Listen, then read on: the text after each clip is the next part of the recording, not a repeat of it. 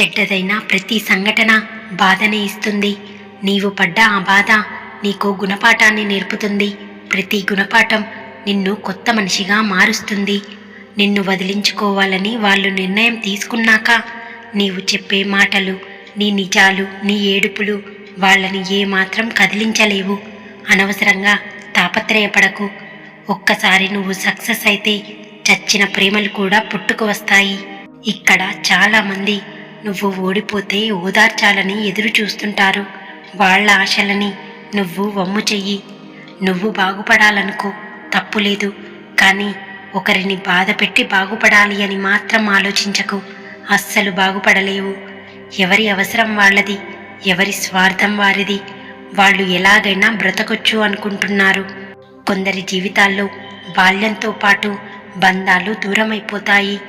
మనుషుల అవసరాలను బట్టి ప్రేమానురాగాలు పుట్టుకు వచ్చే రోజులివి. ఇవ్వాల్సిన దానికన్నా ఎక్కువ ఇంపార్టెన్స్ ఇస్తే పడాల్సిన దానికన్నా ఎక్కువ బాధపడతావు. ఎదుర్కోలేని నక్కలన్నీ సింహం వెనకే అరుస్తాయి.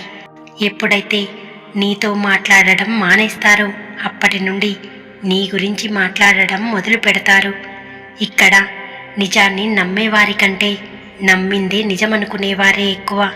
కొందరికి తలకెక్కిన పొగరు దిగాలంటే డబ్బైనా పోవాలి, జబ్బైనా రావాలి. డబ్బు పోతే ప్రేమ విలువ, జబ్బు వస్తే మనుషుల విలువ తెలుస్తుంది. ఈ సమాజం నిజాయితీ పరుల్ని ఏడిపిస్తూనే ఉంటుంది. మాటకు కట్టుబడే వారిని అవమానిస్తూనే ఉంటుంది. మాటలు మార్చేవారిని మాత్రమే గౌరవిస్తుంది.